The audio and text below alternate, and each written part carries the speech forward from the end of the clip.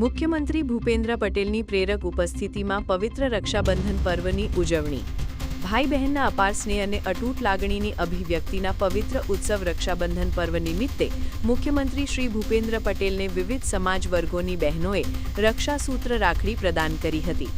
સામાજિક ન્યાય અને અધિકારિતા મંત્રી શ્રી ભાનુબેન બાબરિયા, મહિલા ધારાસભ્યશ્રીઓ અને મહિલા પોલીસકર્મીઓ સહિત રાજ્યના ખૂણે ખૂણેથી આવેલી બહેનોએ મુખ્યમંત્રીશ્રીને રક્ષાસૂત્ર બાંધીને દીર્ઘાયુના આશીર્વાદ અને પ્રજાના કલ્યાણકારી કામો માટે સદાય કર્તવ્યરત રહેવાની શુભેચ્છાઓ પાઠવી હતી.